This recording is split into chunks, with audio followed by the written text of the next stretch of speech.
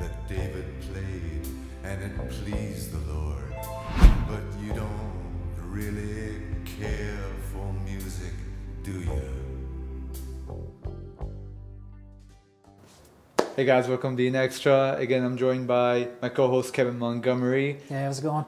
We are about to watch and react for the first time that we've seen the Justice League Snyder Cut official trailer. We are super hyped. You have no idea. We've been waiting for this. People have been lobbying for this since 2017 when they found out there was a Snyder Cut.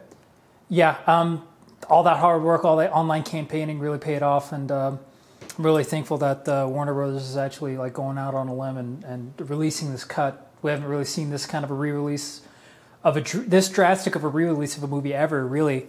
Because we've seen like director's cuts and all that stuff where they've just like ruined it in the edit, but not like like a movie that was almost entirely reshot with a new director being re-released with the original footage and stuff. Which, from what I understand, like a good majority of the Justice League that was released that we all saw was the Joss Whedon version of it. So it'd be as if like we got the Lord and Miller cut of Solo. You know what I mean? Like they've never entirely re-released a movie done by like a different director. They've only seen like the theatrical and then like the director's or extended cut. So it's going to be really interesting because honestly, like I just wasn't too thrilled with Justice League. There was a lot of missteps and stuff. So I let's see if Zack Snyder can be vindicated, and hopefully this will be a lesson to studios and stuff to just let filmmakers be, and if they end up going through like a tragedy, like unfortunately what Zack Snyder did, to give them time and actually do the right thing and delay the movie, so that the vision is sort of intact whenever the movie does come out. Correct, and you know, the Justice League, oh God, yeah, Justice League. It was interesting, but somebody pointed out, and it was one of the people that started the movement for the release of the Snyder Cut. The inconsistencies with the cuts, the way the movie was cut, it was inconsistent. Like one scene didn't have to do with the other scene, and I get it. Josh Whedon tried to put more comedy into it, like he did for Avengers, but that's just not what Zack Snyder was going for. So it was just a weird tonal shift. I mean, and I could sense that there was like a little bit of that meddling in Batman versus Superman, and it was like, you know, pretty obvious with Justice League. So hopefully this cut will. Let's just hope that the fans are satisfied with this. It'd be really disappointing if the movie was no better or worse than what we already got in the theatrical cut. Which I'm hoping that it's going to be a lot better and it's going to fit. And hopefully we don't have to see some awkward CGIing on Superman's upper lip. That we actually have something that actually looks, you know, proper. I'm starting a movement. Release the mustache cut. Well, they should have just left him with a beard if they were going to do that. Yes, you know, because they should have. He's been dead. Well, yeah, you don't grow a beard while you were dead, but I mean, he wasn't really dead though. In the comics, I've seen where he like when he was just like in a really long coma where like his heart only beat like once. He got stabbed every week. He got stabbed with kryptonite. He was dead. Oh yeah, that's right. Yeah, he got stabbed with kryptonite. I'm thinking in the comics where pretty much just Doomsday beat him into a coma, and he was pretty much like literally almost like pretty much beaten to death. Yeah. And so I mean, yeah. All right, man. But all right, guys, here we go. Here's our Being Extra exclusive Justice League the Snyder Cut. Here we go. Alrighty.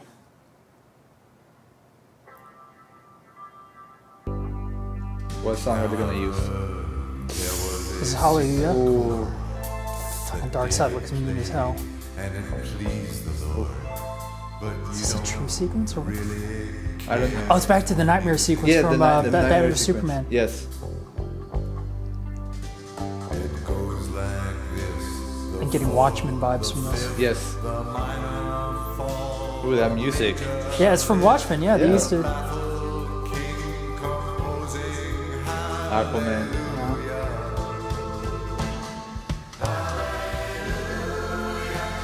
I've never seen. Yes, this is new. Yeah. Is that Cyborg? That's new. Whoa! The black suit. Yes. Black suit. Who's that? Barry Allen. Proper Flash sequence. That's cool. Oh. That's cool. Ooh, barefoot. He probably ran out of his shoes. Ooh, Batflick. So I tried to touch. That's new. I think that's new too. I think they're showing everything that's new. Why is she still on this? Ooh. Is that? No, that was in Dark Side. No, was that Steppenwolf though? Is that I don't think Steppenwolf's so. new look? Oh, the box. Oh yeah. Oh. Oh Oh shit. Okay, there he is. Oh. Okay, that's new. That's a See, new he looks a lot better there. Not like that Mama's boy. Yeah. Ooh. Yes. Did you see it? Yeah, he was actually doing stuff. That's new. That's. Oh, who was that? Who was that? Barry Allen. That's a cool lineup with the black suit Superman. There you go.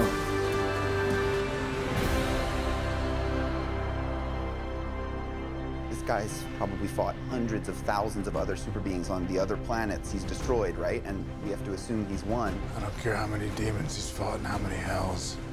He's never fought us. Not us united. That's Batman. That is a Batman line. No That's a quippy, Batman. no anything. That is straight. That is okay. Yeah. Yeah. I don't know what Warner Brothers is thinking and Okay, this is what I'm gonna say. I understand they have to bring Josh Whedon in for the Josh Whedon cut because they had a deadline.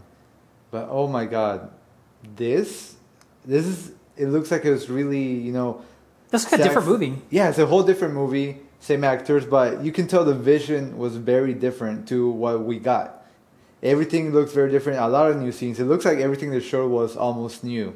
It feels consistent. Yes. The tone, there wasn't jarring any, because like one of my biggest gripes about major movies and stuff, and you can see this shift since like I would say maybe 2007 with the first Transformers movie, is that a lot of movies have a little witty humor and stuff that wasn't too distracting from the moments. Yeah.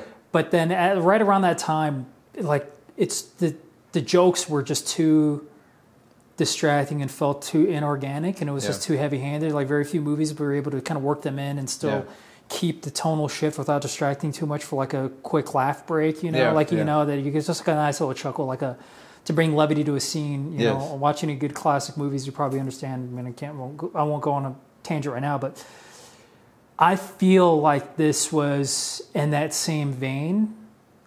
If we're going to get anything like that, but just at least with the way this trailer was cut, tonally, it's very consistent, and we're going to see a more cohesive vision with the story and the characters and such. And hopefully, I don't know. I'm kind of hope. I mean, there's so much stuff has changed with DC that I hope that this will kind of go back to what that original vision is, because audiences didn't get to really see what could have been or what should have been. And if this pretty much just like turns people back, we can finally see a cohesive thing going on. Correct. I'm going to say a couple of things. We all know the problem that DC had in the early days that it was starting out. The DCEU was that it was trying to copy Marvel, trying to catch up with Marvel. Avengers came out. They just brought out Justice League without pretty much having any background on these characters, which we know a little bit more about. Now, a piece of news I want to share with you, and you probably know this. The Justice League, the Snyder Cut, is going to be released in 4 one-hour parts. How do you feel about that? That's cool. Because I think Zack Snyder is no stranger to longer form storytelling. I mean, I think like the ultimate cut of Watchmen is like something ridiculously long. Like it's even longer than the director's cut. And the original movie itself was pretty. Excuse me, I got hiccups here. I'll take that off. But I think it's good for pacing, and I think it's necessary because they tried rushing it too much. So I think this is a perfect opportunity to really flesh out each character. Because I saw the football scene, which I can only imagine that's the part of the backstory for Cyborg. Because we got almost nothing from him, and so he was just, he was sort of like a nothing character. And I think since they canceled his movie and all of his stuff, we got more in Batman vs Superman about Cyborg, how his dad tried to rebuild him after an accident. We got more there than we actually got on the Josh Whedon Justice League. And we got with the Mother Box. I think was it going to revive his dad or something like that? Like that's what it looked like in the scenes. Or he killed his dad. It killed his dad. So it gives like an emotional like point for the character to work off of. Yes. through the movie, so he has some personal investment. He's just not recruited because like, hey, your guy's powers, let's just kind of join us. You know, it's more personal. It's more. This is more of an emotional sort of backbone to the story. It was in the original Justice League. I saw it was a little hard for him to like trust people, but they never shared why. They never showed you why. He was just kind of like this, like I'll fight with you guys, but I'm a little bit more reserved. Like we never saw why. We didn't see like, you know, any characterization, anything, any character arc that went with Cyborg. So it was just like, oh, he was a robot because his father turned him into a robot. Okay, but why? But you understand. So I'm excited to see that. I like that it's a 4 1-hour parts. That has me really excited. You know, I can, you know, pace it out. And it's almost going to be like a little mini-series. I'm really excited about that. Hopefully this is the start of something new because, yes, you know, to kind of bring it to like how it's only a 6-episode like limited series for Falcon Winter Soldier. Yeah. Hopefully, and with COVID and all that stuff, God knows when theaters are coming back. This might be the new thing. Hopefully not permanently because I do like a good epic like event type movie. But for something like this is probably like this is probably the best thing that Warner Brothers can do. And hopefully, I'm wondering if they're testing the waters with this cut to see if there is any way that they could possibly, because there's no cohesion and stuff, and they can do one-shot movies to do their own thing, but with waning popularity and stuff with Marvel's Phase 4, you know, because Endgame, I mean, there's no way you can top Endgame, so hopefully this will sort of pick up the slack in terms of a you know, whole new wealth of you know, comic books and characters to kind of go off of. Exactly. I'm excited for this. I'm super excited. And, you know, we got the news that Ben Affleck is back for the Flash movie as well. That's good. With Michael Keaton. Michael Keaton. Are we going to do a Spider-Verse thing? Are they going to bring... Well, okay, so the panel at the DC Fandom showed that, yes, all the universes can be traveled to or they can be connected through Flash. So pretty much, I think we're going to get a little bit about Flash learning how to use that power. Now, Zack Snyder, at the DC Fandom panel he said, I can't spoil this, but we're going to see a little bit more about Barry Allen's abilities that were not shown in the original Justice League. Maybe it has to do a little bit with time travel, maybe how fast he can go. So that was a little tease he gave us. He said it's nothing major, but it is going to be... He's going to show an ability that he has that we have not seen yet. So maybe it's going to be connected to that. Speaking of which, because I just thought about, I'm just reflecting on how cool that scene was of him rescuing the lady. And he was like barefoot. I guess he ran out of his shoes. He ran out of his shoes, you know, Zack Snyder is from 300, he does a lot of the cool slow-mo, speed-up shots and stuff. He screws with the frame rate, you know, mid-action sequences and stuff. True. We saw that a lot in Watchmen, too, during the fight in the comedian's apartment or the prison brawl or, you know, all that stuff. So I just now realized that we did miss that, though, with the theatrical cut of Justice League to see what Zack Snyder could really do with those sequences with the Flash, because that's... You know, that's playing to his directorial strengths, and we just saw a little glimpse of that. So hopefully we see more of that for Flash, because he was just that was. I mean, he could do all sorts of creative stuff with that. Yeah, I hope Flash travels to every universe that has a different Batman, so we can connect them all. Affleck, Pattinson, Keaton. You know. I still want to see Flashpoint Jeffrey Dean Morgan as Thomas Wayne Batman. Oh, I still want to see that because that's just too good casting. I want to see just a little hints of comedian. Back, you know. Well, he is traveling to a different universe. We don't know which one he's gonna be stuck at. Maybe he's gonna travel through a lot. Maybe Keaton will make a cameo, the same thing as Ben Affleck, but we don't know which dimension he's gonna be stuck in. We already saw in the Flash show that he met. I saw that scene. That was pretty neat. It's weird that you know, he's the arc, he's the bridge between these universes, and this is the what's it called? The Reality Stone of the DC universe. Is it the Reality Stone? I think it's the Time Stone. Time Stone. Well, time and reality. No, space. Oh yeah. It'll be okay. So Barry Allen's like the space stone between. Pretty much Doctor Strange, because he travels between universes. And stuff. Yeah, Doctor Strange or time traveling. So that's Barry Allen in the DC universe, and he's gonna be the bridge. And I'm super excited. But I'm excited for Zack Snyder, man. I'm super excited for him. Because he's been getting a lot of crap, and it's not really like... He gets a lot more hate than he deserves, especially for Man of Steel. I loved Man of Steel. I just wish there was more different decisions being made for Batman versus Superman, but he totally got screwed from Justice League, especially with what he had to go through. So I mean, hopefully this is like enough of a vindication to say like because we've seen that with other films. I mean, we've seen that with freaking George Lucas when he sold it to Disney, and now like all the fans were just realizing that we were just a little too harsh on him because we didn't realize how much worse it could actually would have otherwise gotten.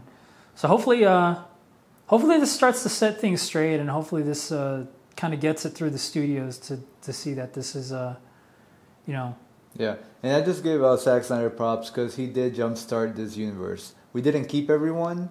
And Nolan. He could have produced Man of Steel. Yes, Nolan and Zack Snyder kickstarted this.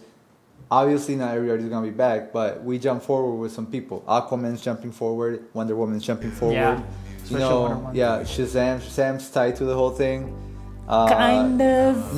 They didn't explicitly. Not part of the Justice League, but they know what happened.